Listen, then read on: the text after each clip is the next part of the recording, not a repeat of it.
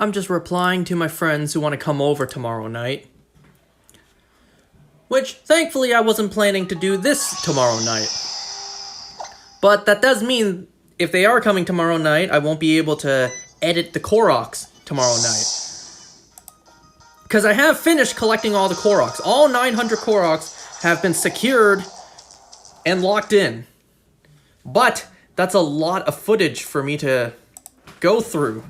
There's a lot of things for me to edit out.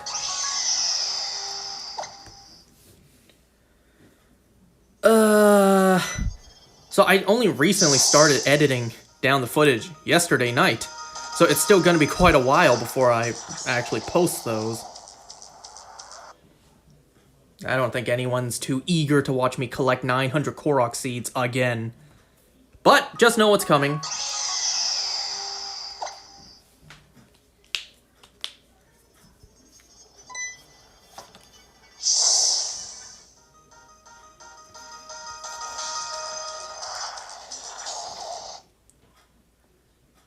You should do a speed run. Well, the thing about speed runs, unless you want me to speed run like the actual main plot of the game, I could just go straight to the final boss. But then I would lose instantly because it's just a boss gauntlet. And I'm not skilled enough to do that.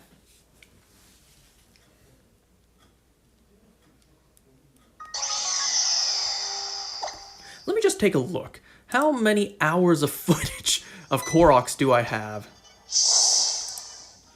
Let's see, because I have, let's see, 2, 4, 6, 8, 10, 12, 14, 16, 18 video files here that are all Koroks.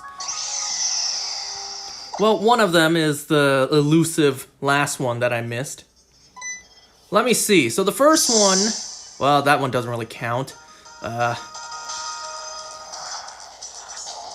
So the first actual one is like 50 minutes long.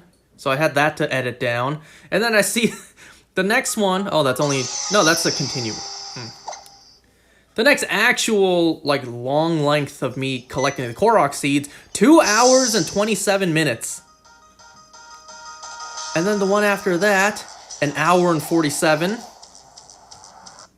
An hour and 43. An hour and 59. An hour and 44. An hour and 6. 2 hours and 4 minutes.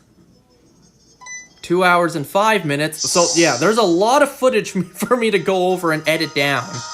And even editing down, it's still gonna be a lot of footage. So, bear with me, give me some more time to edit down all these Koroks. So, yeah. I won't be able to do any more editing tomorrow night because my friends are gonna want to come over. Anyway, so let's get started. Today, we are going to talk about Markiplier's Iron Lung movie. But first, there's a couple things I want to talk about. So, first of all, a couple days ago, we got the Season 4 teaser for From.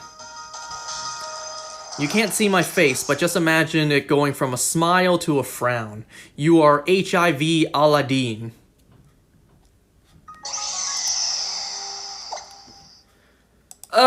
From.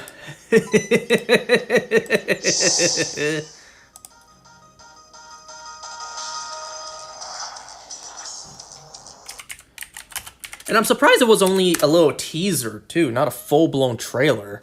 Considering we aren't that far away from Season 4.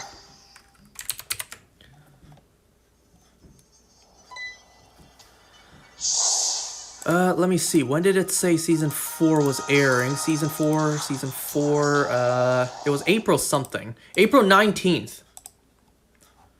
Which is not that far away. April 19th, that's a Sunday.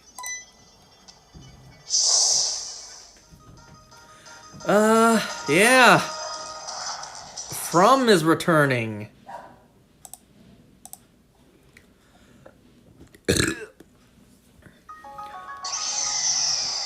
So aside from that, let's see. Today in Pokemon Go, I got a shiny Lotad. I also got one yesterday. Yesterday, I got a shiny Lotad. I got a shiny Pikipek from Field Research, and I also got a shiny Petalil. Today, what was the other shiny I got? I got two today. I got a shiny Lotad. What was the other thing I got?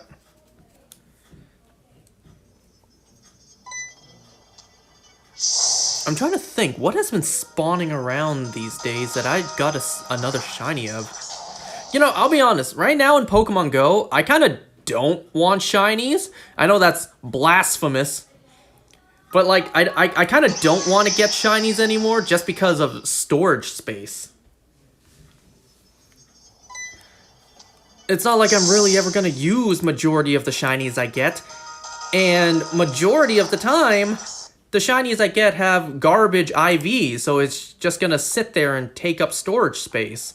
I don't want to transfer them and lose a shiny.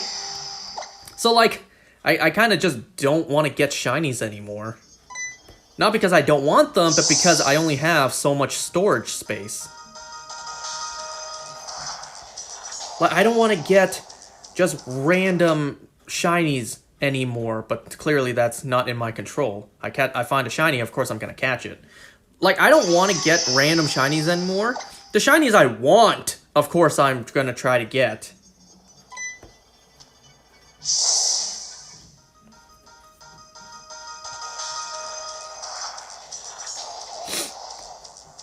So anyways, another thing I want to talk about.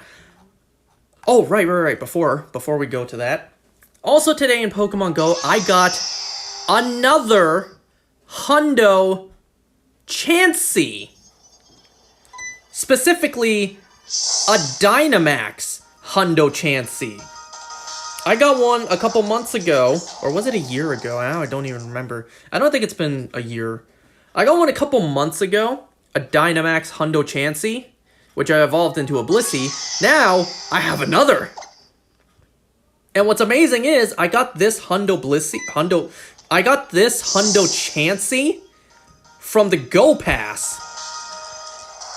I got a Go Pass Hundo Dynamax Chansey. How nuts is that? This isn't even the first time I've gotten a Hundo Dynamax from the Go Pass. I got a Hundo Dynamax Ghastly from the Go Pass. So the Go Pass really loved me. It would be extra nice if it could be a Shundo, but hey, I'll take what I can get.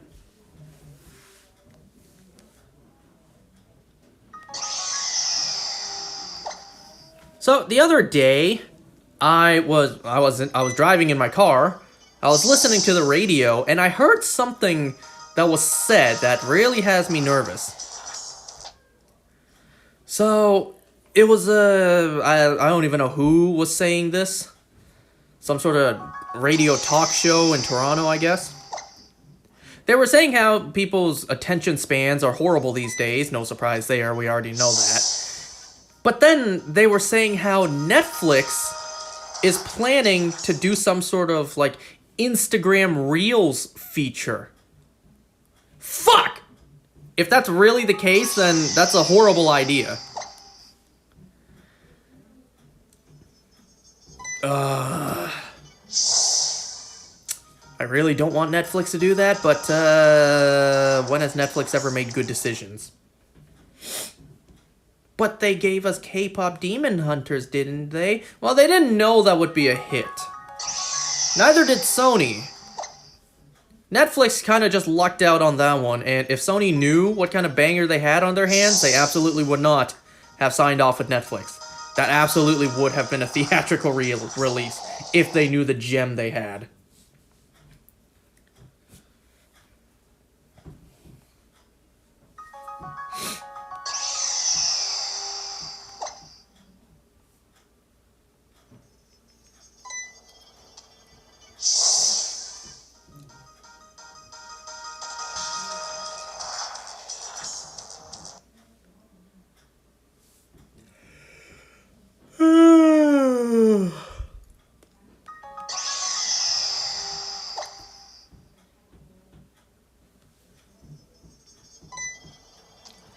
So I want to tell you guys a quick story real quick. I remembered this story happening to me, geez, like 20 years ago. I don't remember exactly how old I was, maybe like 5 or 6 years old.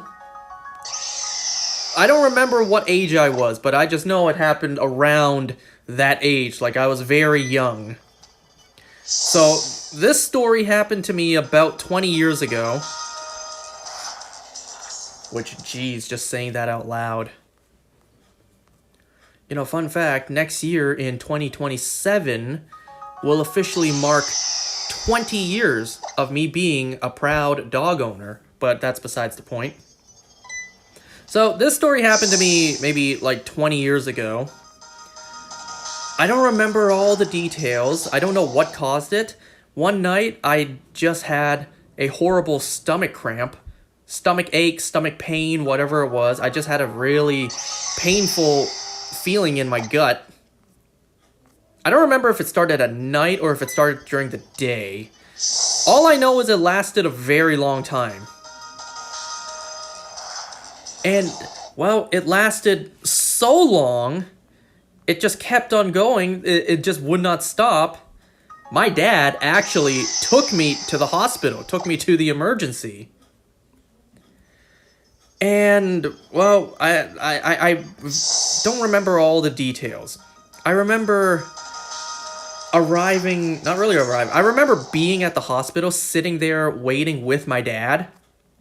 And then would you believe?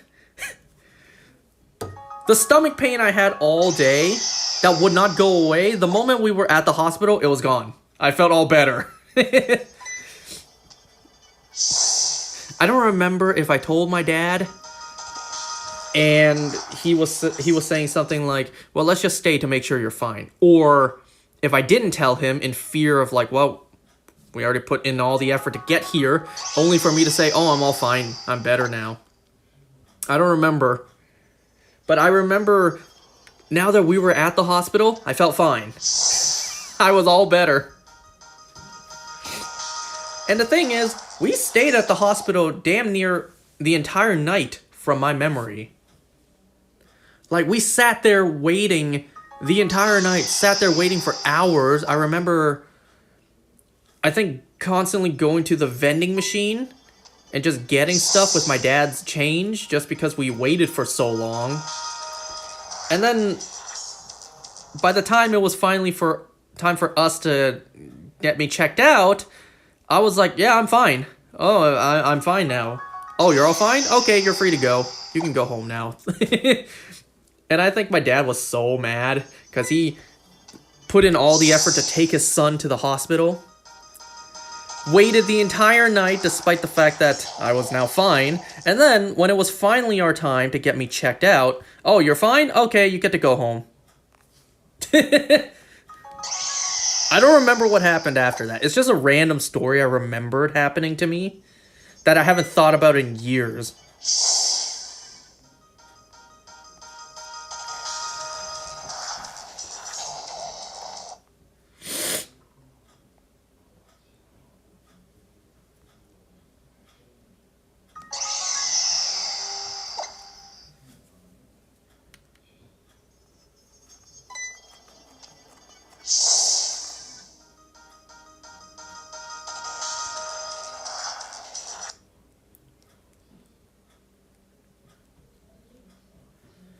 You know, last night, I had a dream.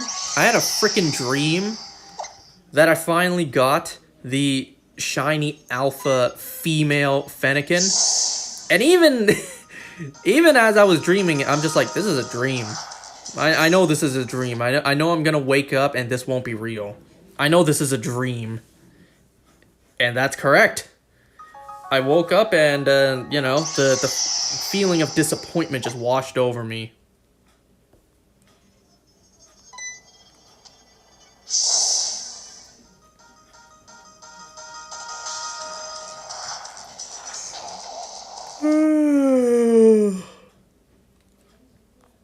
Anyways, if you guys are ready, let's talk about Markiplier's Iron Lung movie. That's all we're gonna talk about today, nothing else. And once we're done talking about that, we're gonna go over my schoolwork. So, Markiplier's Iron Lung movie. I was very excited to watch this for a multitude of reasons. A movie like this is the type of film that theaters were made for. And you know, big blockbusters, big action blockbusters. But types of movies like this are what the theaters were made for. You know, passion projects made with love of the craft. And you can tell, watching this film, so much passion was put into it. Oh, it was so refreshing to watch a movie where you're not being preached to. It wasn't like a big mess on the screen for you to watch.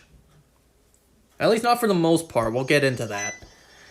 Like, it was nice and simple. A very simple setting. Very straightforward, albeit that may have been a little bit restrictive for the film, but whatever.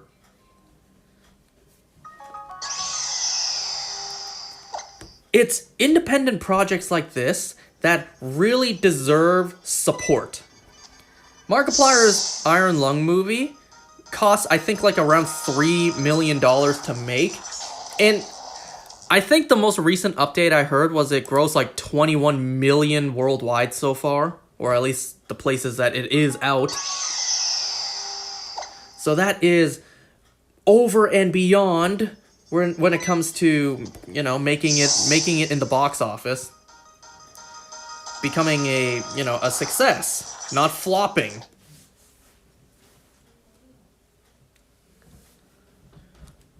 And also the fact that supposedly Markiplier funded the film independently himself. There was no studio fundings. So all the money that was spent to make this film primarily came out of Markiplier's wallet. His own bank. Which we know the guy is loaded. So $3 million out of his pocket is probably nothing. But still. Anyway, so yeah, it's an independent film, a passion project. These are the type of films that you want to support.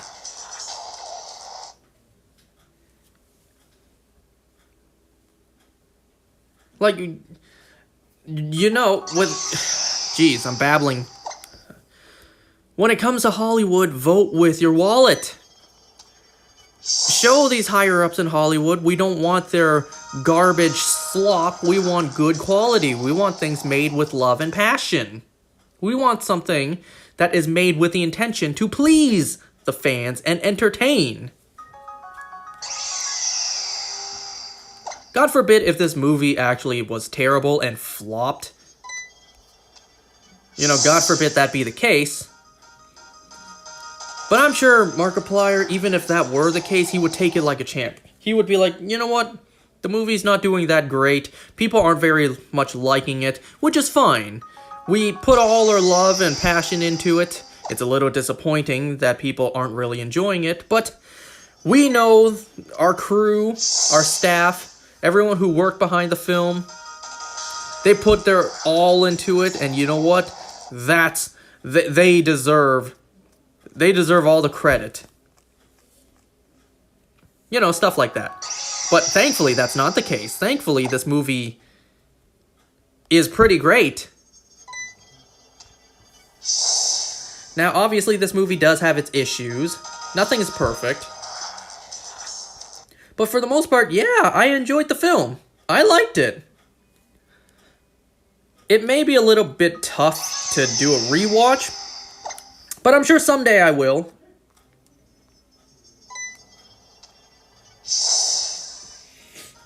And there's also reports out there that Hollywood is shaking in their boots now because of what this film implies, you know? Independent creators with small budgets are able to have this much of a turnaround, this much of a return in their budget, And yet they're thinking, oh, our hundreds of million-dollar blockbusters, why can't we have that kind of return? There is also a fear growing where, like, Hollywood is going to pivot to more recognizable faces to put into their films just as a lazy cash grab. Which we'll just have to wait and see if that's the case.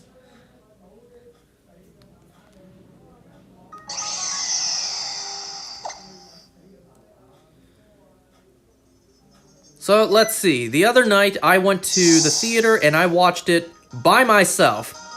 Alone. Me, myself, and I.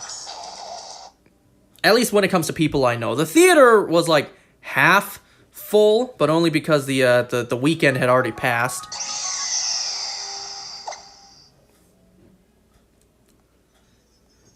And I also want to say one thing. I got one thing spoiled just before watching the film. Just as I was about to leave to watch the film, I got one thing spoiled.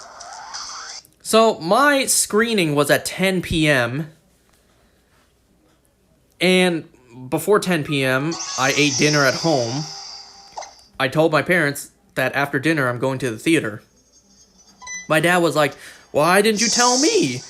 I could have gone with you. We could have gone and watched a movie together. What kind of movie are you watching? How the hell do I explain what Iron Lung is to him? So I just told him it's a horror movie, and I just explained to him the most basic of the premise, the most surface level of the premise. There's a person in a submarine in a sea of blood.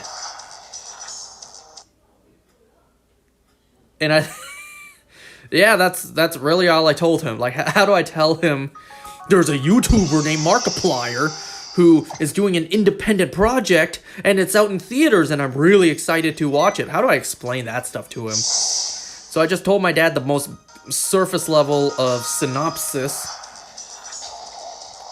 I just basically told my dad, yeah, there's a person in a submarine in the sea of blood. There you go, that's the film. I even looked it up too. Like, I tried to pull up the trailer to show him. Then again, the trailer doesn't really show too much, you know? It's a self-funded production by one guy. My dad's not really into Hollywood like I am, so he probably wouldn't even know what that means. So yeah, the moment I looked up the trailer to try to show him, I saw big, bolded thumbnail, Jacksepticeye cameo in the film, and I'm just like, oh shit. Literally just before I'm about to leave and watch the film. So I, just a couple hours beforehand,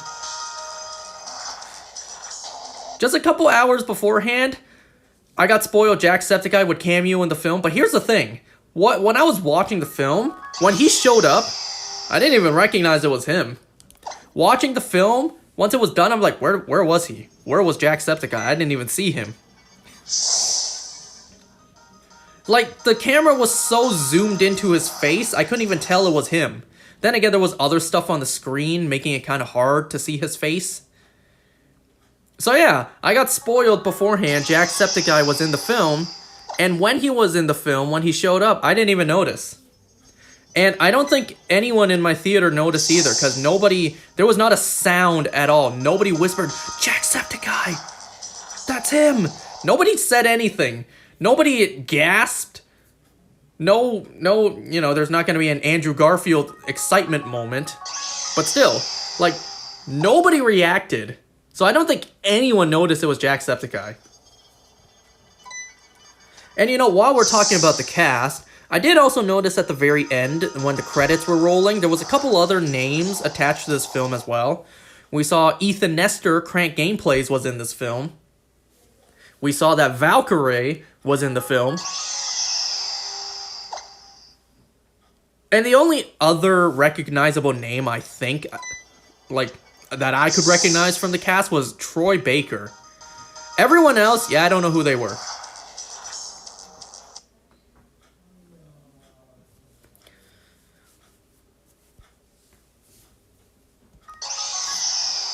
Anyway, so yeah, I went to the theater, I sat down, and my screening was at 10 p.m., but we already know, given all the ads that play, the film didn't start until like 10:30, which means by the time I finished the movie, it was well past midnight. But whatever.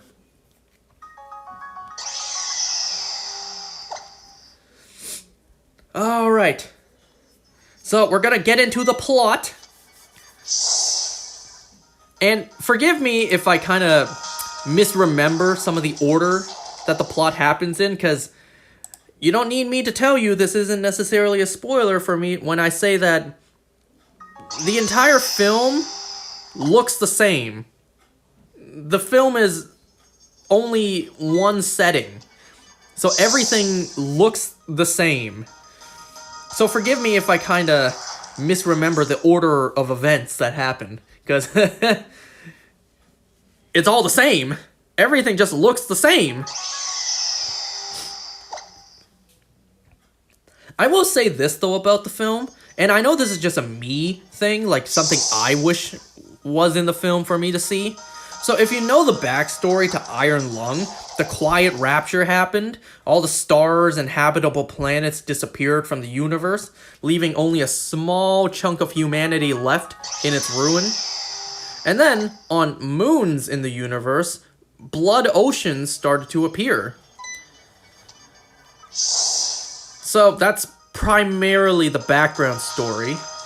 There's also a couple other things like Eden, Filament Station, like a couple of space stations that are set up for what's left of humanity to excavate and search for hope in the universe, search for a way to survive. So that's pretty much the background lore of Iron Lung. I kind of wish they delved deeper into that. Because if you don't know anything about Iron Lung, the game, if you don't know anything about the plot, the background, you have no idea what's going on. They reference the silent rapture, or was it the quiet rapture? Whatever. They mention that all the time. They mention Eden all the time. They mention Filament Station all the time. But you never see it. And it's never really explained either. Like, you don't get an answer in the film, of course, to what happened. But you also don't really get an explanation of what even happened. Like, I just wish they kind of delved deeper into the background a little bit more. And something I wish we got to see, even if it was just very brief, was outside the sub. Now, we did see not really anything outside the sub, kinda. But what I mean is, I really wish we got to see, like, you know, the exterior of the blood ocean. The moon where the blood ocean is on. I wish we got to see something like that. Or even like a CGI flashback scene to just stars in the universe, and then suddenly a ton of the lights go out. Suddenly the stars, planets, suddenly disappear. I wish we got to see something like that. But one, CGI is expensive, and two, this film's budget. Now, I will give praise to the film, considering the entire set piece is practical. The sub, the Iron Lung sub set is all practical. The blood is practical. They use what, like 80 gallons of fake blood, however much they used? So, a lot of the budget went into the practicality. Because, you know, Markiplier stars and directed the film. So, you know, it's not, he's not gonna charge himself a lot of money to star in the role. And there's only a handful of actors in the film. Like, at most, you really just see, well, I was about to say 3 humans on screen ever, but no, there's also other moments. But yeah, I just kind of wish we got to see a little bit more. A little bit more of the broader story, the grander universe. Really dive deeper into the eldritch horror. But they focus on pretty much the plot of the game, which is fine. If anything, if there ever is an Iron Lung sequel, like a game sequel, then I hope the game would delve deeper.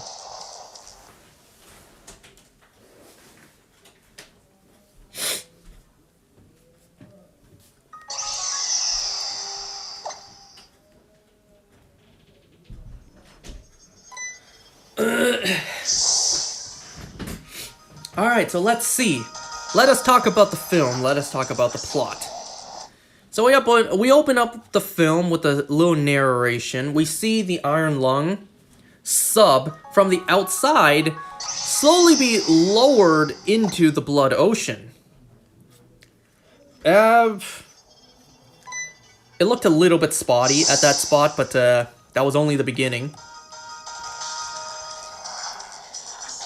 You know, my gripe when it comes to fake blood used in shows and movies, it always looks either too light in color or too dark in color to me. I don't know, is that just a me thing? Fake blood always just, well, looks fake. It always seems to me like they can't ever get the color of blood right in shows and films, because it always looks either too bright or too dark. Especially when there's a big pool of it. A large amount of it.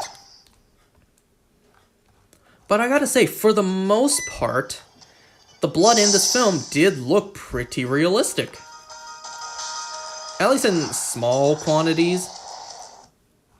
You know, when there was a large amount of it, like, I don't know how thick a large amount of blood would be. I don't know, it's like... Yeah, I just don't know. Anyway, so the beginning of the film, we see the Iron Lung actually get lowered into the Blood Ocean. And we meet our character. We meet our main character, played by Markiplier himself. Well, he's at first only known as the Convict, but later on in the film, we learn his name is Simon. I don't know, I kind of thought maybe, like, they would just go with his real name. What's your name? Mark. I don't know, I kind of thought maybe they would just go with his name. But no, they decided to name him Simon. So he is supposedly the first one to test out the Iron Lung. There have been no missions before trying to excavate the Blood Ocean, trying to see if there's anything they can find. But, well, no, jumping ahead, obviously we know that this is not the first time. This is not the first attempt using the sub. So Simon is being lowered into the ocean of blood to try to see what he can find. Kind of a test run. Go down there, take some pictures, see what you can find, and come back. At least that's what I think happened at the beginning. So inside the sub, there is a control panel and a chair. There is a speaker used for communication. There are binders with paper telling the operator how to use the Iron Lung sub. There's also a camera at the back. There's a big button at the back. You push that and then there's a little panel on the side that flashes a picture, an image taken. And that's all we know for now that's inside the sub. You know, there's certain things about the sub that he has to be wary of. The amount of oxygen that is supplied, the hazard of fire breaking out, which, jumping a little ahead, only happens one time. I'm surprised the fire didn't happen more. You know, it happens quite often in the game, so the fire only happening one time kind of surprised me.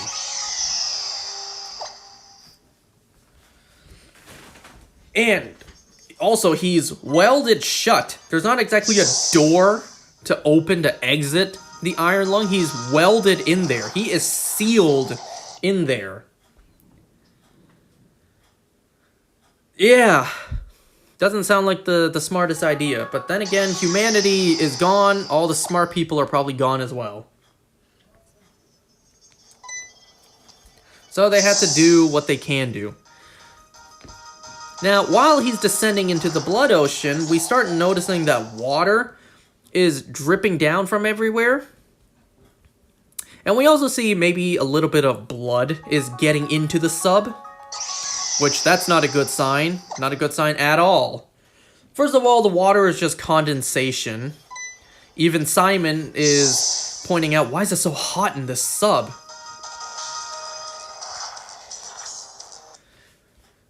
Anyway, so the blood slowly leaking in kinda seems like a big deal. Because I don't know if anyone else was thinking this when they were watching the film. You guys remember the Titan Ocean Gate incident? Just a microfracture and that sub folded. Which, like, if this film was realistic, yeah, that absolutely would have happened. This thing would not have even made it past, like, 10 minutes. Like, 10 minutes into the film. And given what happens to the Iron Lung later in the film, this thing should not have survived at all. Even the smallest breach. And this sub would have completely shriveled. Because you have to remember, he's at the bottom of a blood ocean. He is still very deep, where there is a lot of pressure on that gizmo. So anyways, Simon, he goes down, he starts taking pictures, starts excavating. He finds a picture of skeletons, of bones, but he also sees there's something else. And it seems like whatever this thing is that's down there starts attacking him as well. So, he starts ascending back to the surface, where he's also hoisted out of the ocean back to wherever wherever this station is, wherever this base of operation is. So the small little window that he's looking out from, he sees a woman and another guy in front of a bunch of computers and analyzing the pictures and data that he just brought back with him. Simon wants out. You know, he's a convict for a reason. And supposedly, if he gets this done, if he does what they say, he will earn his freedom and back into whatever's left of society. But Simon's just like, it's not worth it. There's something down there. It's not worth it. You're not listening to me. There is something alive down there. But the scientists, they're just not listening. This woman looking in, constantly wiping the blood off of the window, which you can obviously tell there's just someone on top constantly spraying the fake blood. So this woman is just like, no, you're sealed in there and it would be too dangerous to open the sub, put someone else in there, seal it, and then send them down also. So we need you to go back down there.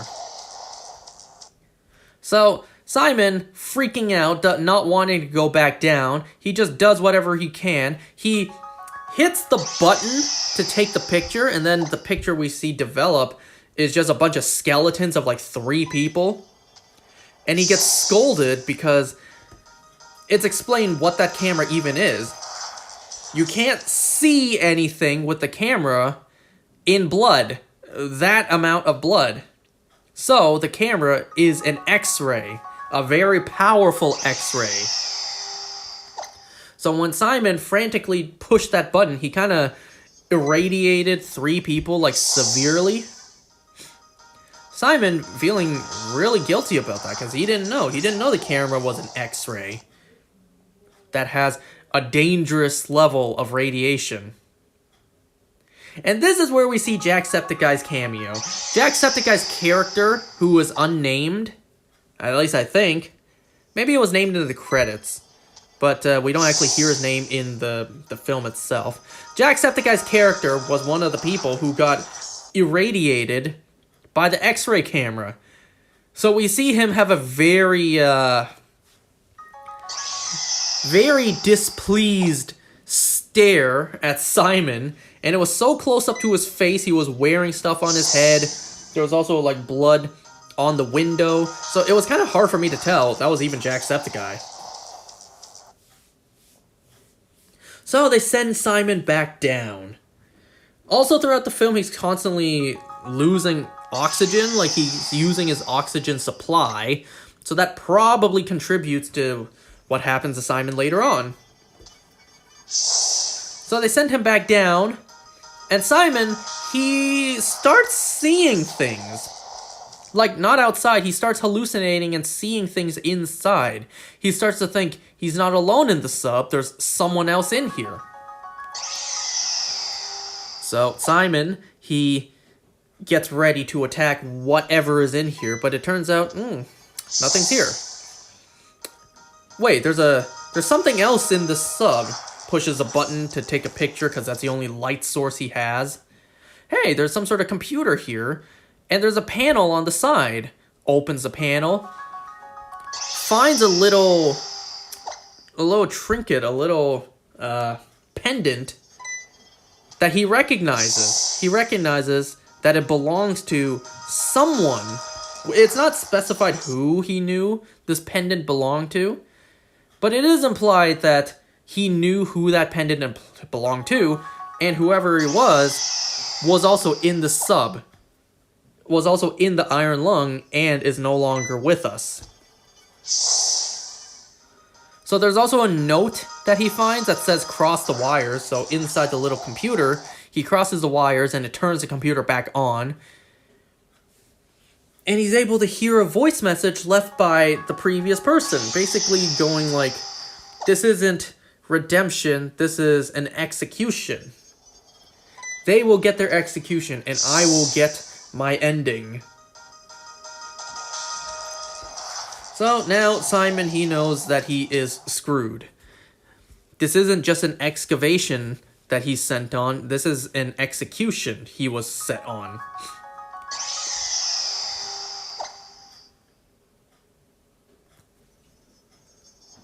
I'm trying to remember what else happened in the film. Yeah, throughout the film, we hear different voices speak to him in the radio. Like, through the speaker. Oh yeah, also, why he was sent back down. Because he found a picture of bones, of skeletons in the blood ocean. So they want to send him back down to retrieve a sample. They just welded what looks like a horn onto the sub. You don't actually see it ever. They welded what looks like just a unicorn horn onto the sub, and their plan is for him to ram it into the skeleton to grab a sample. Oh yeah, going full speed in the submarine and ramming it. That's a smart move, especially when you can't see where you're going. You know, it's not a very smart design, the Iron Lung now, is it? You would think you would put the camera and the screen to display the pictures in front of the sub. You know? Or at least next to the controls. That way you don't have to constantly walk back and forth between the sub. Because while the Iron Lung's not that big, it is still on opposite ends. You still have to get up, press a button, and wait for the picture to develop.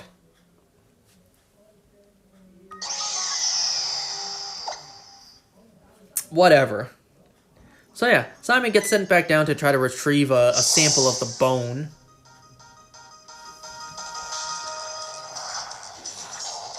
Now, like I said, I'm trying to remember exactly how the plot plays out. I think he gets attacked by by some sort of creature in the ocean, and then, you know, he falls, he gets knocked unconscious, but the sub is dark. The sub is dark, but then he notices in the dark that there's some sort of light happening below.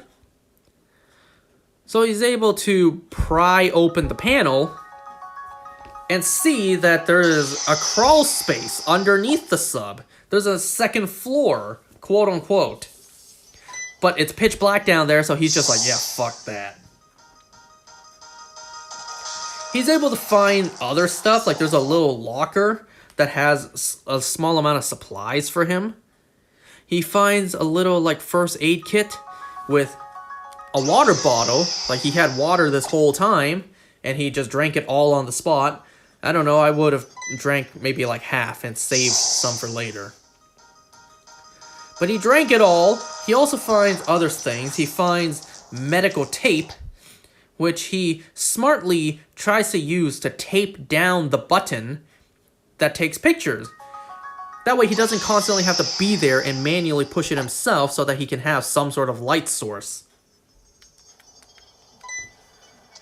But as we see throughout the film, that button is very persistent and that medical tape's not that strong. So he always tries to tape an X over the button to keep it pressing. But, well, that button is resilient. It just constantly rips the tape back off. He also finds a little, like, what looks like a life jacket with a little light on it. Like a moisture-sensitive light. He tries to pour the water on it to turn the light on, but then he's like, oh shit. You just had to drink all the water at once, didn't you? And then, hey, smart guy, he spits on it, and the light turns on. You know what? Smart. So now he has a light source. The little life jacket, did I say life raft earlier? The little life jacket with a light on it. So he takes that, he crawls onto the bottom layer, because there's an emergency power source down there. Like, if the sub is ever dark, no power, there's an emergency, like, breaker switch at the bottom of the sub. And while he's down there crawling through his way to jumpstart the submarine, the Iron Lung, it almost sounds like there are footsteps happening on top. It even looks like there are shadows of someone walking around. And when he gets back up there, we see the tape on the floor, which I thought implied, oh, someone took the tape off. But no, we see later on in the film the tape just fell off.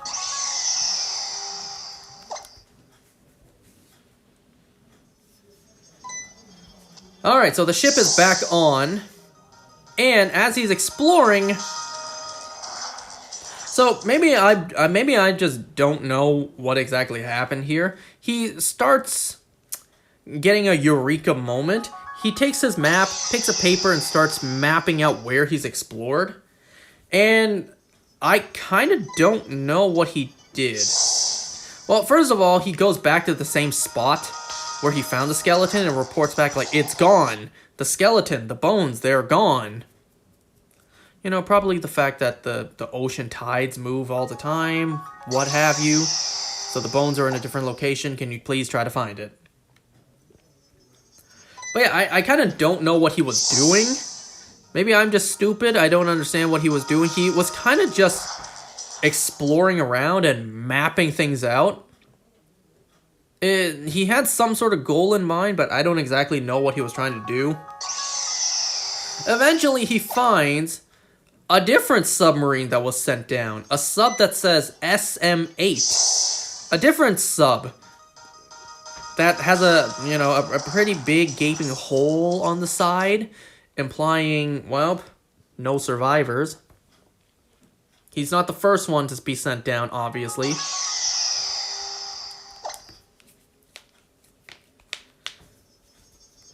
Oh yeah, he did also ram into the bones once he found it again.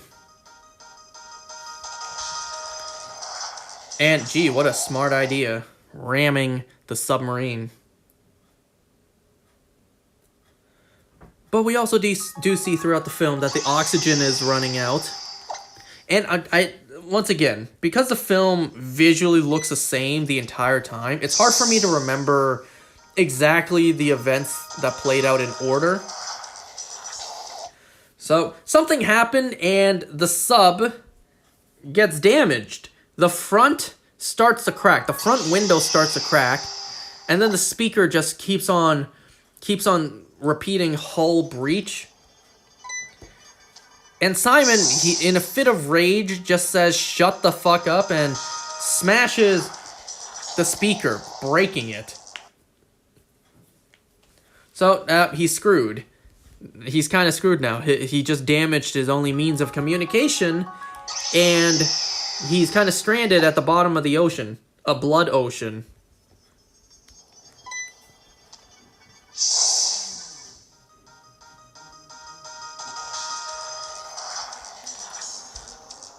So let's see. He's slowly losing his oxygen supply, and he's just kind of blindly going in the blood ocean until he hears a voice on the speaker. Supposedly, it's other excavators who were sent down and somehow survived. They claim, so it's a voice of a woman is speaking on the speaker, and she claims that they found it down here. They found the answer, the cause of the silent rapture. But Simon, he doesn't know if this is real or not. He's not too sure. Because he's been seeing things. He's been hallucinating things. And he doesn't know if what he's hearing is even real.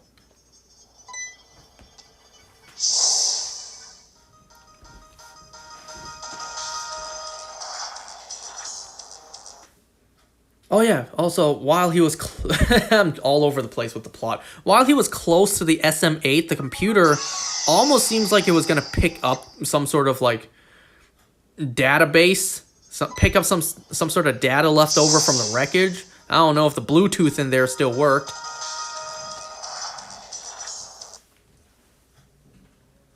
Anyway, so Simon, he decides to try to find where these people, these survivors supposedly are.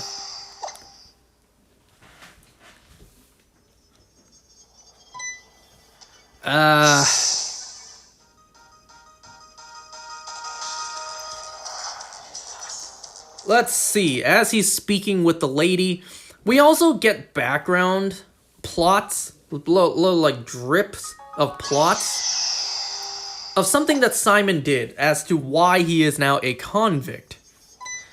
So, as I mentioned earlier, there was a place called Filament Station, which is now supposedly gone.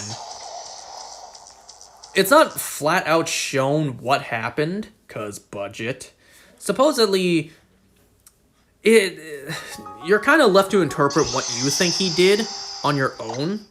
What I believe happened, maybe he started a coup.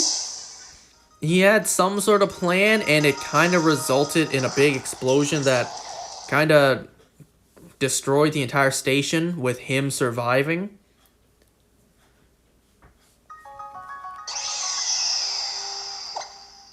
Yeah, so that's my interpretation of what possibly may have happened to Filament Station. I'm trying to remember exactly what happened. He's on his way to try to find the survivors, but then something happens. He starts hallucinating more. He realizes that in his fit of rage, when he hit the speaker, the wires broke. So there is no speaker. It's not even functioning. It's broken. He broke it. The voice isn't real. I may be all over the place with the plot. I may not have the order right at all. Well,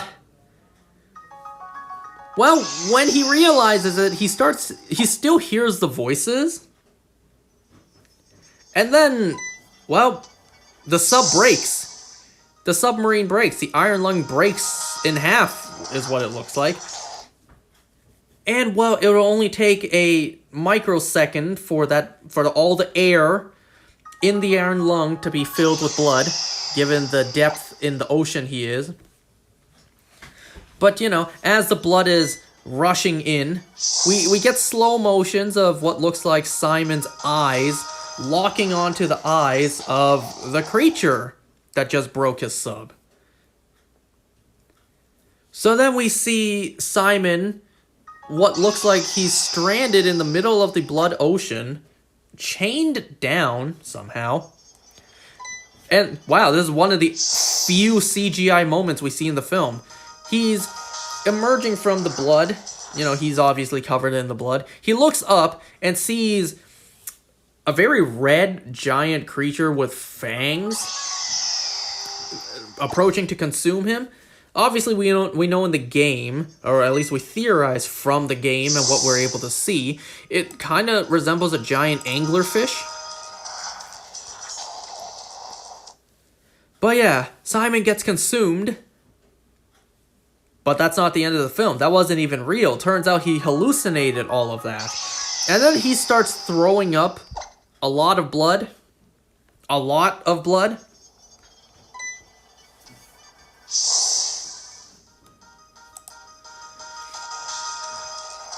As he's, gathering his bearings, the speaker comes back on, and it's actually the lady from the station. Like the real person. Simon, he's a little hesitant to believe it's real. He shouts at her like, "No, you're not real! You're broken!" He realizes, wait, the wire is not broken. This thing is not broken. There's actually someone on the other end speaking to him. So Simon begs, he pleads for his life. It turns out that his last communication was days ago. Like, he's been lost in the ocean for days. How has he survived? What? How is he alive? How did he survive? Unknown. He should have ran out of oxygen long ago. But according to the graph, he still has oxygen. How is that the case? Unknown. Don't worry about it. So anyway, Simon, he just is like, by the way, I found the other sub, of the other people you sent down here, so you don't have to lie to me that I'm the first test subject. The sub that reads SM8. Yeah, I found it. But then, oh my god. Wait, did he just say SM8? Wait, you found the wreckage of the SM8? Listen, Simon, we need you to go back to the SM8 and retrieve the data. Well, actually, Simon said that when he was close to it, the computer, it kind of almost received some data from the SM8. So now he has a new mission. Go to the SM8 and collect that data. What is that data? Don't worry about it. We don't learn what it is.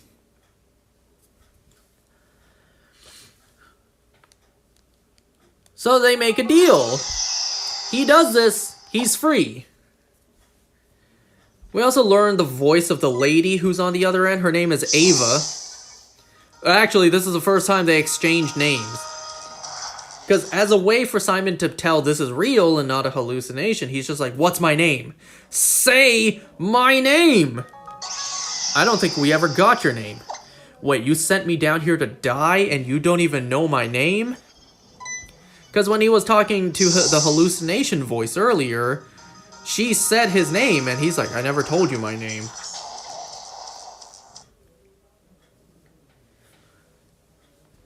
For like half the film, we didn't even know the character's name. We just knew him as the convict.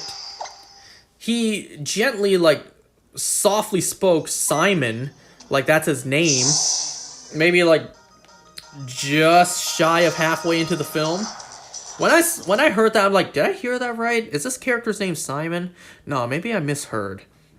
And then later on in the film, they just flat out confirm his name is Simon. It's like, okay, I did hear that correctly.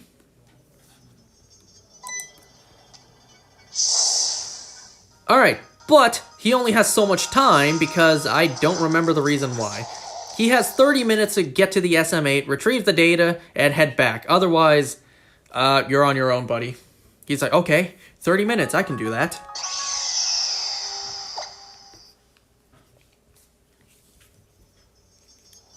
And I'm trying to remember what else happened. Did anything else happen?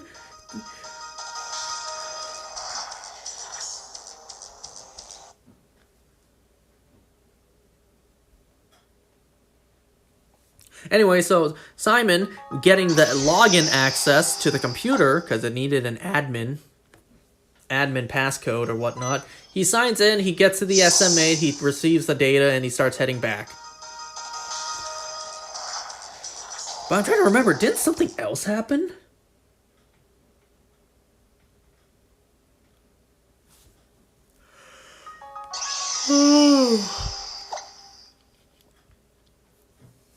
well, towards the end of the film, he starts hearing, he's hearing not only Ava's voice off of the speaker, but he's also hearing this, like, demonic woman's voice, which, it's never really explained. So there's a bit of a toss-up between whose side to take. Do you want to follow the demonic voice into the divine, the infinite, or do you want to go back to your human oppressor or whatnot? So I don't really know exactly what happened at the end of the film. And it's, from what I see online, I'm not the only one who doesn't really understand the end of the film.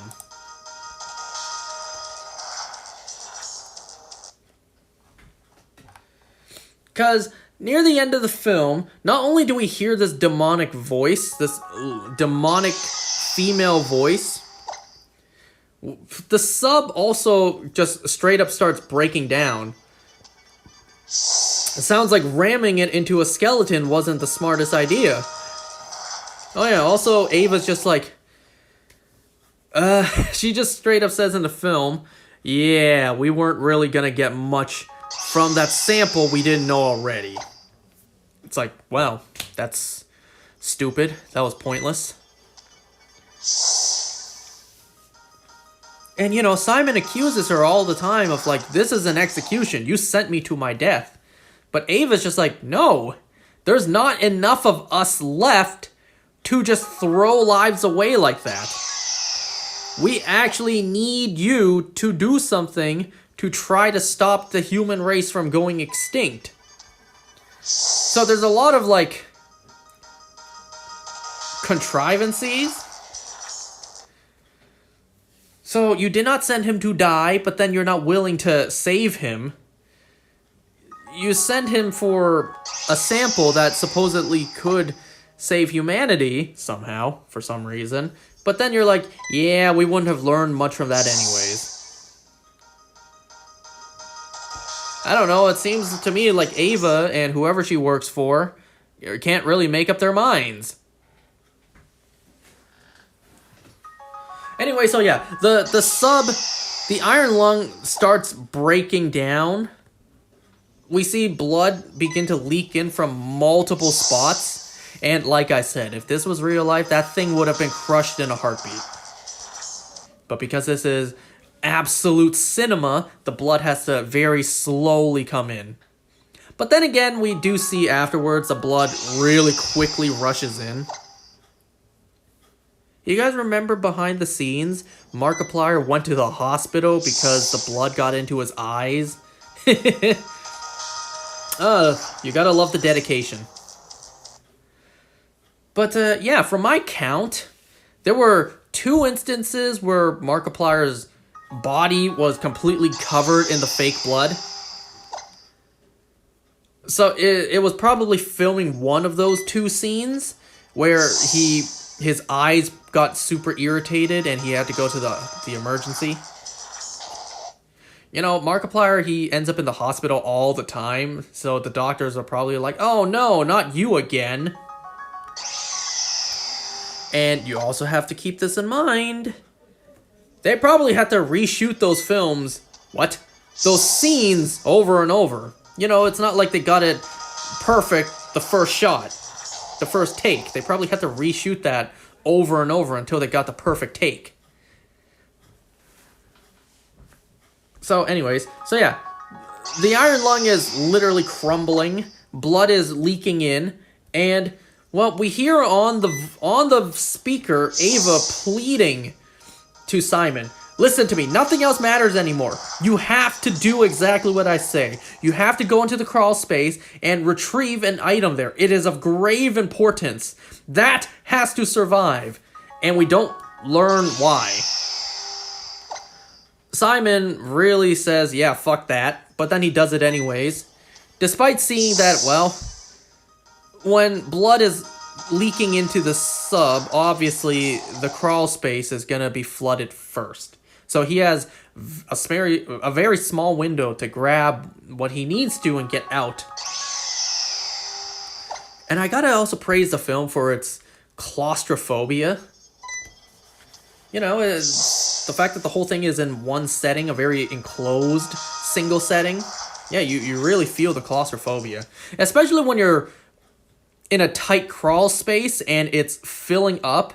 Not even filling up with water where it's transparent and you can see through it. No, it's filling up with a thick, viscous liquid that is opaque and you cannot see through. That's even more scary. So yeah, in the crawl space, Simon grabs what he needs. He quickly gets out, and smart guy, he kind of attaches whatever that thing was of grave importance to the life vest he had. But we also see the blood is kind of having negative effects on his body. At least I'm assuming.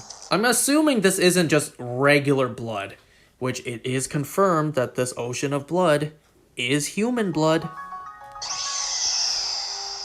Anyway, so I'm going to assume this isn't just ordinary blood, because Simon notices on his arms, they're kind of falling apart. The flesh is literally peeling off of his bones. Something is wrong with him. And then it also seems like it's not just liquid blood going into the iron lung. It also looks like it's solidifying, like it has a mind of its own. It also grabs onto him. Well, you know, a hand didn't come out of the blood and grab him. But he was... Oh, spit on this. He was just stuck on both ends. Both his arms. And the blood was fusing to his body. To the point he really, really had to pull to get himself free. To the point he pulls one of his arms off. One of his arms gets completely ripped off. Because it got fused and stuck to the blood on the wall. On one of the pipes. I don't exactly know what happened there. But whatever. Oh yeah, we also hear that while Ava was telling Simon, grab that object in the crawl space, it is of grave importance. It also sounds like she was attacked, because, you know, she's frantically telling Simon to grab it. We hear her scream, we hear some sort of, like, gnarly sound, and then static. It just cuts off. So it sounds like something attacked wherever their base of operation was. So, Simon is absolutely fucked. The people helping him get through this are seemingly gone, and he's kind of alone, stranded in an ocean of blood on some unspecified moon in the universe. And the universe is already pretty empty. At that point, I think you just accept death with open arms. You just embrace it. So, one complaint I have, especially at the end of the film, is the shaky camera. It was shaking so much, because they were doing the scene where the blood is leaking into the iron lung, and it's very... The stakes are very high. Obviously, if the camera stayed still, it would not look as intense. But the camera kind of just shook too much. There were moments I couldn't even tell what I was looking at. Like, am I looking at a wall? Am I looking at a pool of blood? Am I looking at the only human on screen? I couldn't even tell what I'm looking at. So the camera was shaking a little too much. It was disorienting. It was dizzyfying. Yes, I just made up that word. It was just too much. Anyway, so yeah, Simon is absolutely screwed. As the iron lung is breaking, as Simon is on the brink of dying, yeah, we still hear the demonic voice. And the voice is so distorted, you can't understand a word it's saying. God, I really want to rewatch this film and put on the subtitles. I really could not understand a single word that voice was saying.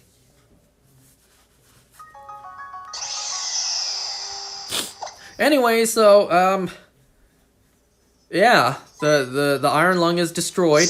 We get an outside CGI shot of the giant monster with the Iron Lung in its jaw, crushing it, and, well, the movie's over. But supposedly we do see whatever grave importance object Simon had to retrieve floating with the life jacket, I think. So, unfortunately, no happy ending for our main protagonist, Simon. He dead. He is very dead. I don't see this movie having a sequel. It kind of doesn't entirely make sense to have a sequel. And it's not even the typical Hollywood cash grab, let's make a sequel. If there ever were a sequel, it probably would only be to expand the story and really elaborate on questions left behind from the first film. If they don't make a second film with that purpose in mind, they're not going to make a second film. And honestly, they don't need to make a second film. What they really need to do is make a second game that really answers a lot of the questions. Because it was very cool to see this film on the big screen, yeah, but you're also left with a bunch of questions that, let's face it, will probably never be answered.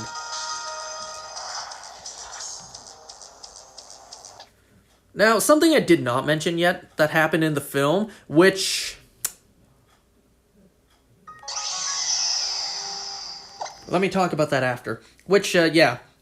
There were small scenes where we see Simon's past, Simon's childhood. We see a young Simon standing in what I assume to be Filament Station, or Eden, I don't know, one of the two, and there's a big tree supposedly growing.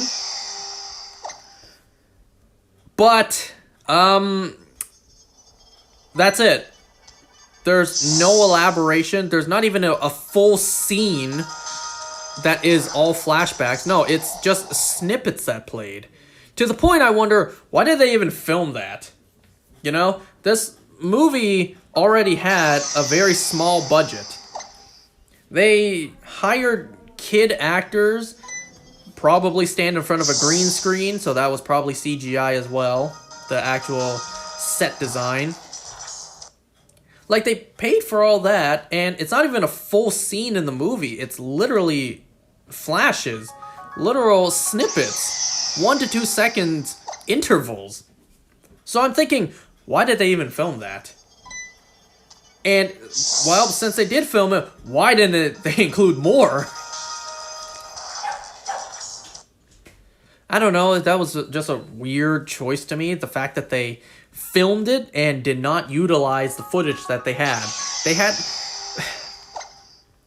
really, there's like less than 5 seconds of those flashback scenes on screen, to the point it's like, you could have just had the kid actor stand there for like, I don't know, 10 minutes, making a face, looking off into the distance, and just called it a day. So I really don't understand why they even film that if you're not even gonna follow up or really elaborate on it. Well, I don't know, since they did film it, and it made, those scenes made a cameo in the film, it's like, I don't know, it kind of seems like a waste of effort, time, money, because we're never getting a sequel, we're probably not getting an extended cut, so like, why film that? Like, honestly, why even film that? But, oh well, it's in the film, it is what it is. So I probably missed a good number of details in the film, but yeah, that's another weakness I see with the film. Now, I don't want to say it's the film's fault, it's more so the concept. Where you have an entire movie take place in one setting, one small setting, mind you, that it does get pretty stale pretty quick. Where everything looks the same the entire movie, you kind of lose track of what's even happening. You kind of forget, like, you know, kind of like me. You kind of forget the order of operation the events played out in. Because everything just looks the same.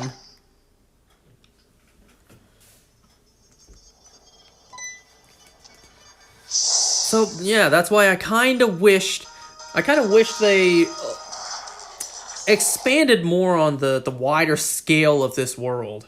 Showed us more. I kind of wanted to see the outside of the sub. But, like, you know, since blood is not see-through, you kind of wouldn't see anything, right? There is no CGI shot of the Iron Lung moving through just red, because you just wouldn't be able to see anything.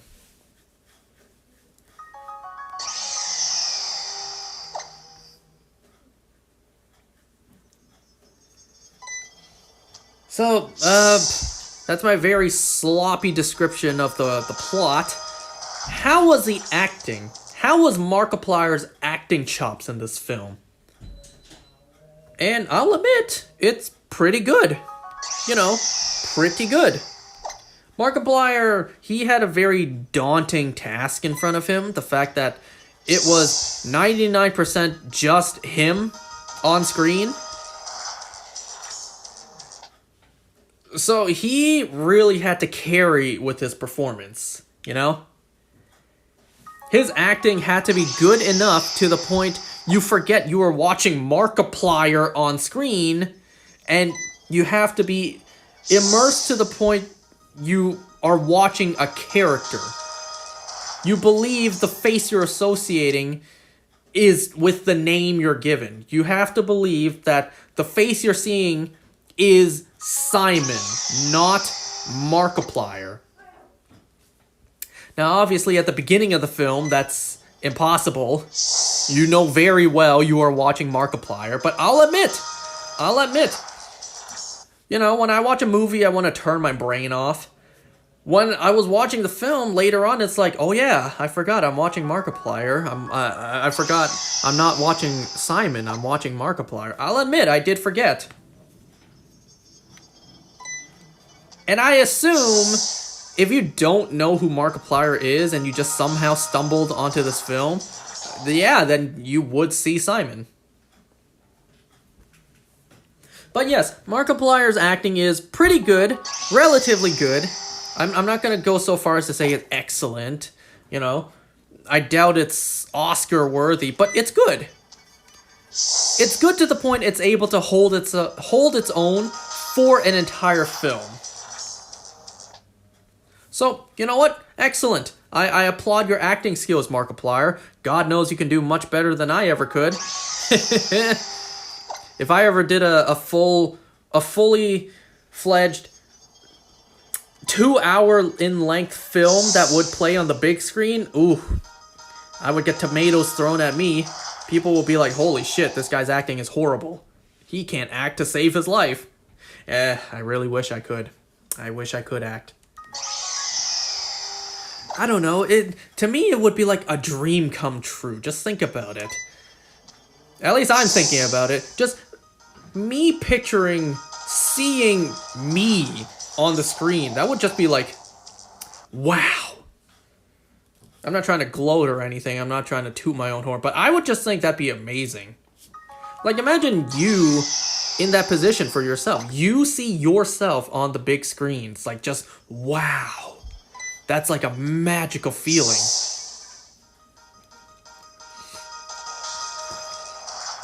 I wonder if Markiplier ever pulled a Tobey Maguire or Andrew Garfield, sat in the theater, told nobody, seeing if anyone would recognize him. Didn't Charlie Cox do that as well?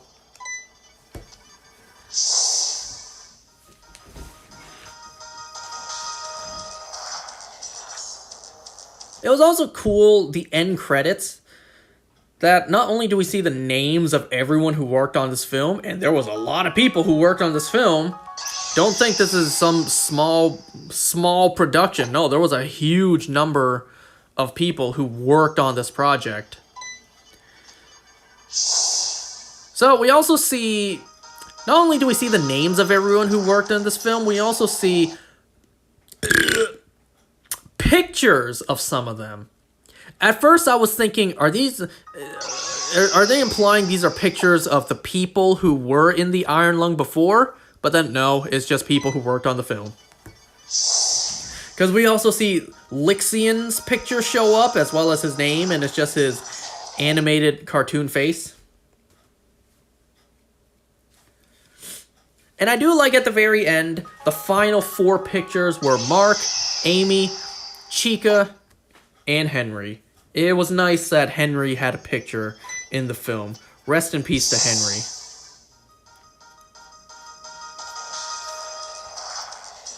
I was also a little surprised, because, you know, I feel like, aren't movies obligated to do this? In the film, Markiplier's name is Markiplier. Like, they didn't write out his name as Mark Fishbach, like his actual name. No, they put his online name. I think obviously in the credits, they said Simon, played by Mark Fishbach. But at the very beginning, whenever there's text on screen telling you the actors and the other people who worked on the project, you know, music developed by, costume designing by, you know, they put the names of the people who did that stuff. I'm surprised they put Markiplier and not Mark Fishbach, but whatever. But yeah, I enjoyed this film. I liked it. It was indeed a slow burn. Like, there also wasn't jump scares. Like, it's not that kind of a horror movie. It's more so the horror of you know, ambient dread, eldritch horror. Though they didn't really capitalize off of that. You know, the ambiance in the film, that's where the horror really shined. And, you know, there were also a couple of, I don't want to say cheap jump scare moments, but something akin to that, where throughout the film you're kind of misled, you're kind of gaslit to think there's someone else in the sub, in the Iron Lung with Simon, but no, obviously we know that's not the case. There was this one scene where Simon, he turns around, he sees this, like, charred skeleton looking back at him. And then he's ready to attack. It's gone. Obviously, it was a CGI hallucination, I think.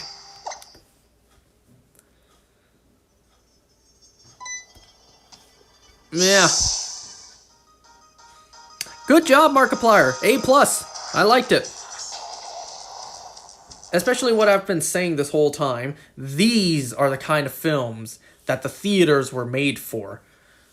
Passion projects. I mean, what more can you say? These are the type of films you want to support.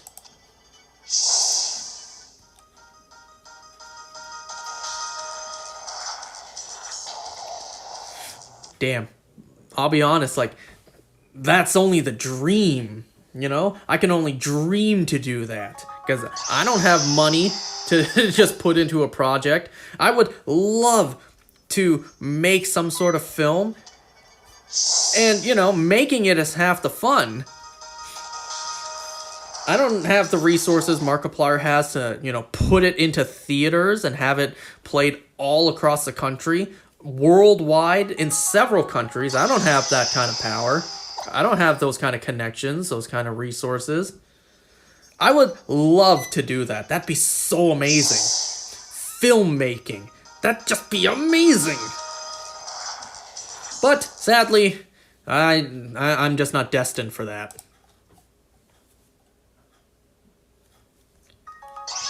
You don't think I have movie ideas? I have so many ideas that I could translate to the big screen. But, yeah, it just wasn't meant to be. You know what idea I had? Obviously, I'm never going to use this idea. And if anyone tries to claim ownership, you heard it here first. This was my idea. Obviously, no copyright put into place, but don't you dare use it.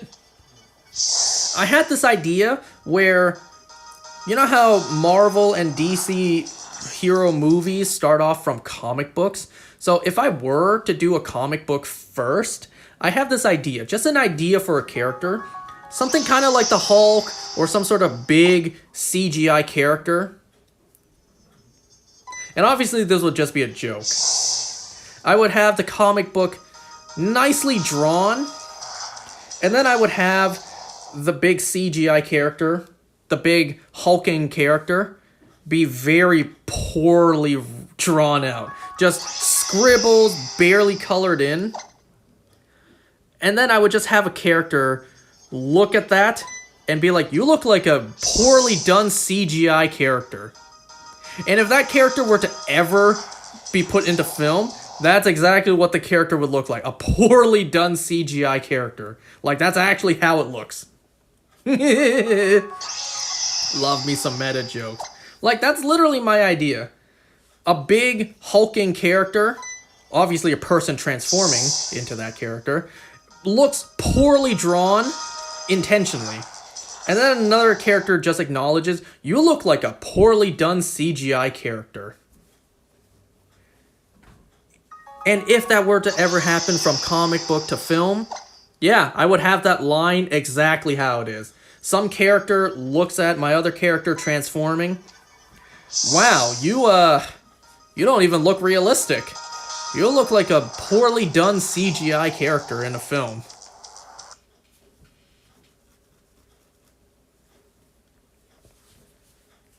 You look like some CW CGI, my friend. Anyways. You know, while we're on the topic, excuse me. So something I still don't quite understand, this is not relating to Iron Lung. You know how Thor is an actual Norse mythology god, like we have myths on the deity that is Thor in real life? And Thor isn't exclusive to Marvel. We literally just saw in The Sandman, Season 2, they were able to use Thor as well. Thor, Loki, Odin. They were able to use those characters as well. Thor and those characters aren't exclusive to Marvel. And given that Thor is a real-life Norse god, it makes me think, why only Thor? You know? We don't really see other superhero media, or just other media in general, really use real-life myths, real-life religious characters or whatnot, in the way that they've used Thor, like on a superhero team. And, you know, is there really any domain that holds the rights to Thor? Because Marvel's able to use them, DC's able to use him. My point is, like, well, if anyone can use these kind of real-life myth characters, what's stopping me from creating my own original superhero team and having, like, Jesus on the team? You know?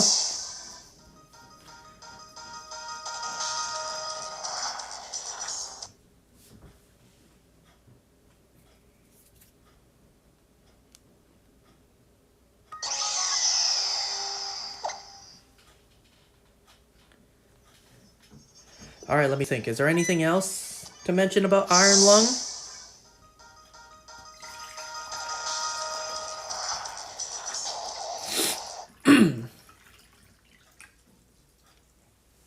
You know, if I were to make movies, I wouldn't just make those kind of superhero action movies of my own original characters. I have other things I could do as well. I could do, like, romance films. I have plenty of ideas for that, believe me.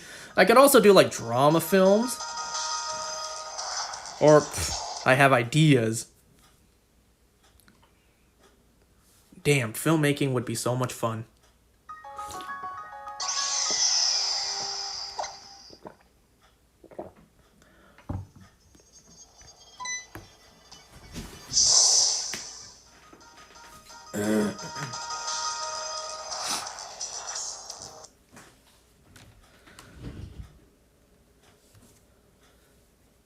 You know what's funny? While in the theater before the film played, so obviously they played ads for other films. They actually played the trailer for Ready or Not, Here I Come, the Ready or Not sequel, and they played the old one. They played the old one where it says coming next year. It's like, well, we are in next year, and it comes out next year. We're already in that next year it comes out in. I don't know, it was pretty funny that they played the old trailer. So Iron Lung. I enjoyed it. I'm not too sure how many people are going to really say they liked the film throughout. Since it is a very slow burn, slow-paced film, it's not the type of horror film where there are jump scares and action. It's very much the ambiance that really portray the horror. You know, I was kind of expecting even just one single jump scare in the film. No. Spoilers, there's not a single jump scare. Hell, I was expecting, like, maybe Simon, he gets distracted. Like, he takes a picture, gets distracted, and then the picture we see, but he doesn't see, something horrific shows up and he missed it. No, that doesn't even happen. That was a missed opportunity.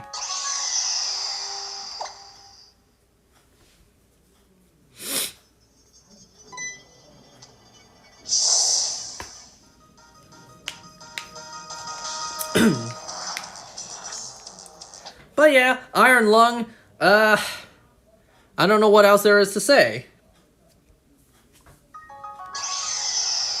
Just like with K-pop Demon Hunters, I love everything this film represents. Passionate creators, you know, putting their all into a passion project of their own, and it paying off for them to the point where the vast majority of audiences not only want to support it, but also they enjoyed it. This is what the movie experience should be. Not just lazy cash grabs and preaching ideals.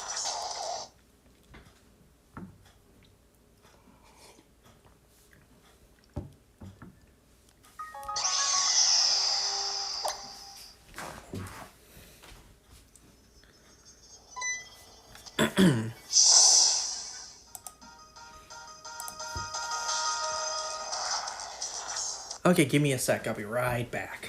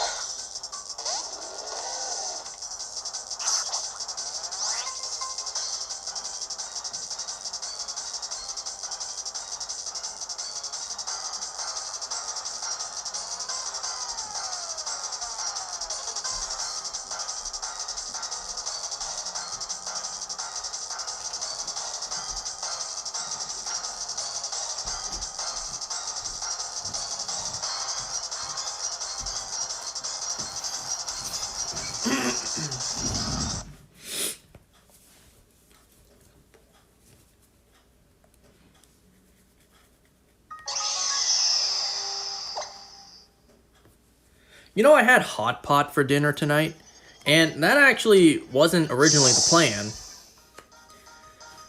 See,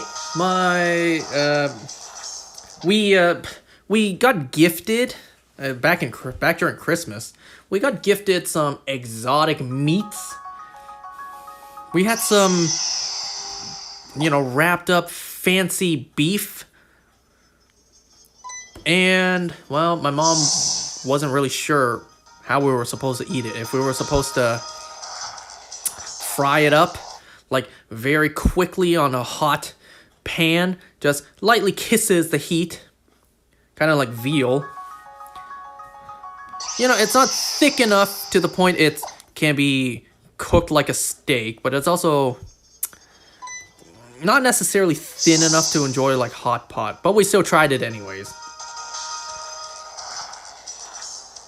So yeah, my mom wanted to, well, really wanted for my sister and her husband to not be here so we don't have to share any with them. So my mom tonight was planning for us to do like a small hot pot where we just have some broth and we just boil everything for my parents and I to eat. No sister or her husband. But as we were planning this, my sister and her husband were gonna go out for dinner, but then nope. They were eating at home, so it's like, oh shit, we already prepared everything. But we didn't prepare enough, so now we need to prepare more to feed 2 more. So tonight we had hot pot. We didn't intend to, we just intended to have a small little dinner for the 3 of us. Just boil a couple of things for us to eat. But no, those 2 asses had to show up, so we had to prepare more. So we had to defrost some wontons, some fish balls, some sausages.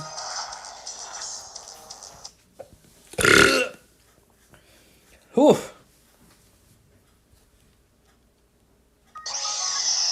I tell you, eating like that is why I am so fat. You know, some of my shirts don't fit anymore. Like, some shirts I would wear that would fit a year ago don't really fit anymore now. Aw, shit.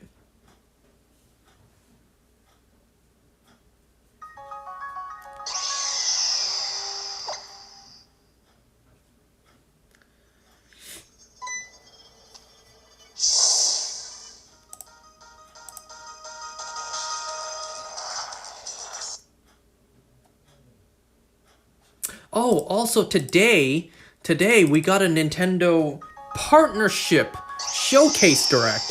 A Nintendo Direct partnership showcase. So the very first game that they showed off actually looks pretty intriguing.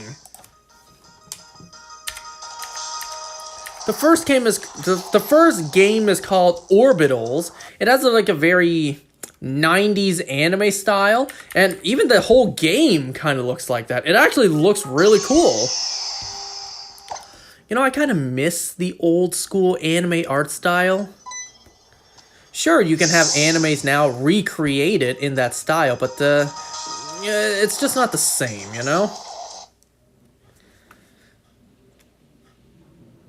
That's just recreating the art style for the sake of recreating it.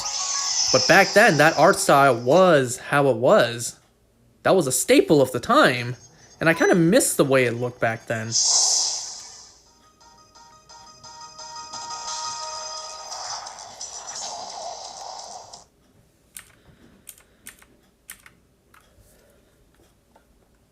Anyway, so I'm not going to go over all the games.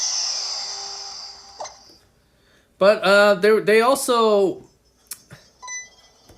Something they revealed was a Bomberman collection. Damn. It's been a long time since I played a Bomberman game. I haven't kept up with the franchise, but, you know, I like Bomberman. Hell, I was kind of thinking, is Bomberman even a thing anymore? Or is the franchise dead? Because I don't recall the last time I heard about a Bomberman game coming out. So I looked it up, and the last game was in 2023.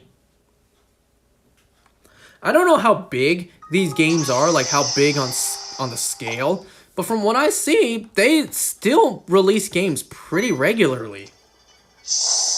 Well, aside from one period, I see that the most recent game was like 2023, and before that was 2020, 2018, 2017, and that's where the big gap was. The game prior to 2017 was in 2010, and then 29 all the way down to like 1996. Yeah, they released pretty consistently. Damn, I didn't think there were that many Bomberman games.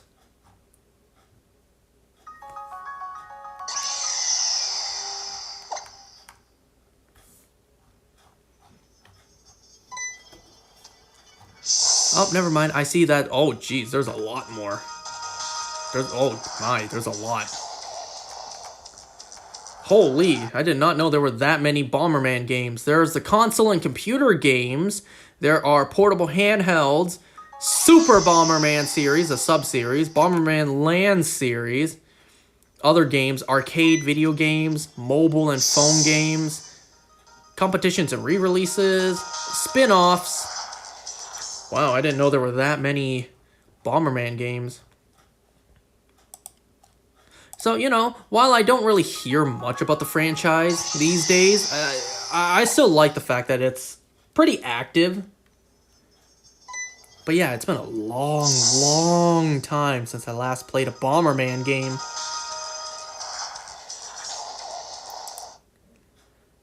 We also got the trailer for Pragmata. I don't really care for the game, I just want the amiibo, I'll be honest.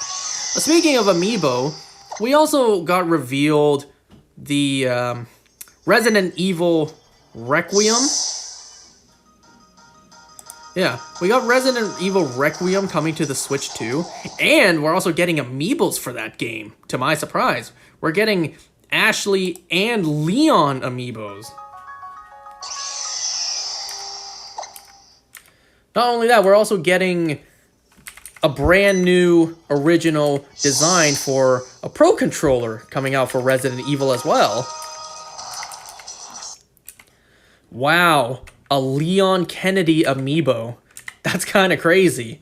Yeah, an Ashley one as well. But damn, after all these years, a Leon Kennedy amiibo.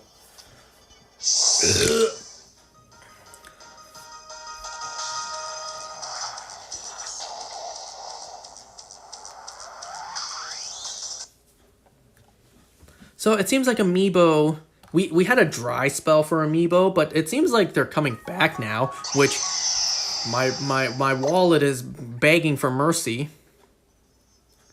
Because let's see, the amiibos we're getting this year, we're getting more Kirby Air Rider amiibos, we're getting the Mario Wonder amiibos, we're getting the My Mario Blocks, which I'm gonna try to get my hands on.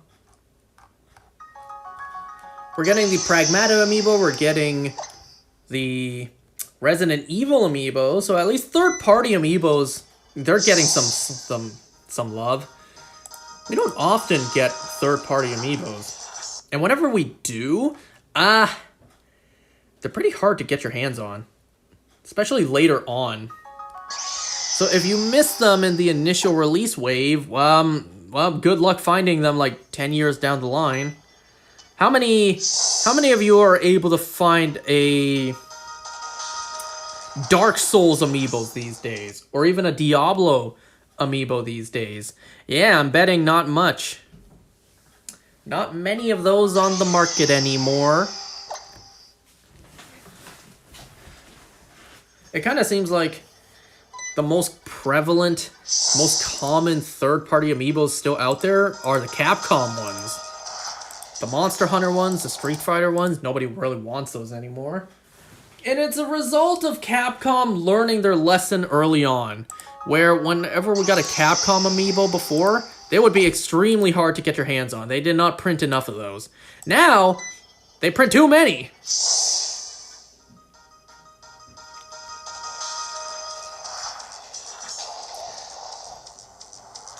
Guys, there it is. Shiny Landorus. Where's my stylus? Ooh, that was quick. That was quick. That actually didn't take that long. This is it. This is the last one we need. Take off the rubber band. Oh, and the rubber band here. There we go. Oh, there we go. Shiny Landorus.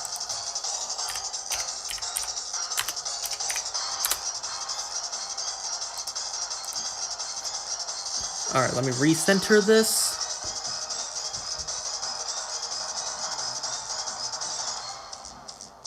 Okay, once again, I don't have hypnosis. I don't have anything to put this thing to sleep. So we're just gonna have to hope for the best. Alright.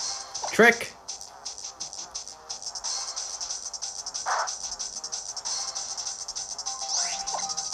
Skill swap. Okay, please don't hit me. Don't hit me and activate Sand Force. Never mind. I take it back. Oh, it doesn't work like that. Never mind. I don't know what I'm saying anymore. Doesn't Landorus have Rock Slide? Please don't use Rock Slide on me. Just let me use False Swipe. I had to say it.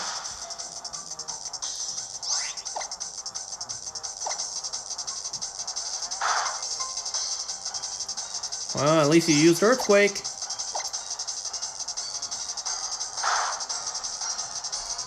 Okay, that's fine. That's fine. Roto Catch.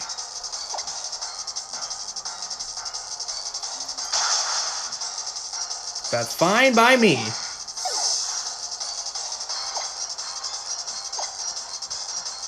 Can you believe the last time I shiny hunted for Landorus on my own, off screen, I failed it.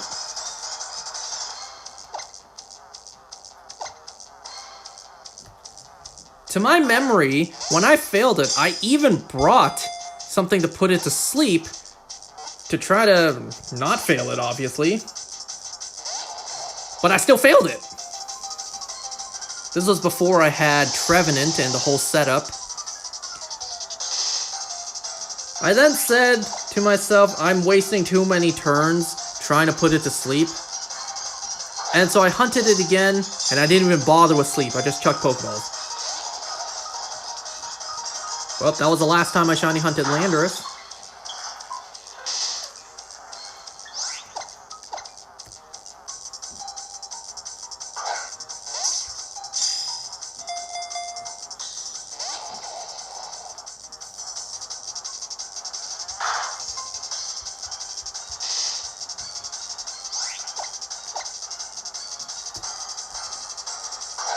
I think I'm remembering Landorus' ability wrong.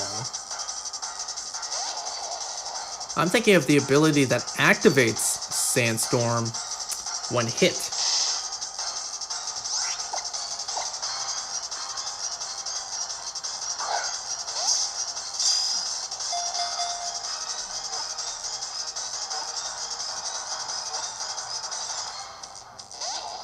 Oh, another 3 Shake Teas again.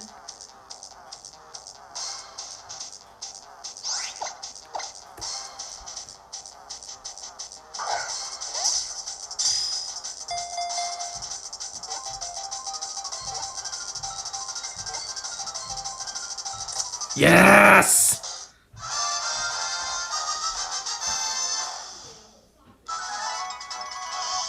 That's it, folks. That's the last one we need to shiny hunt. After all this time, we finally did it. We have finished this very stupid challenge that took me so long. Rash Nature. This can finally end. We are finally done.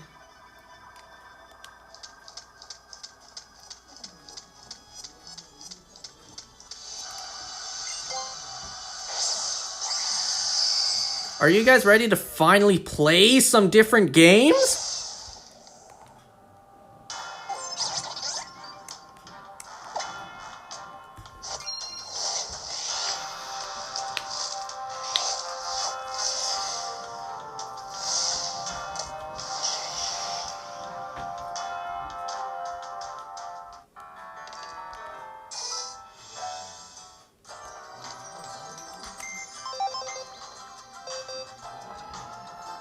Look, here they are, all of them in their glory.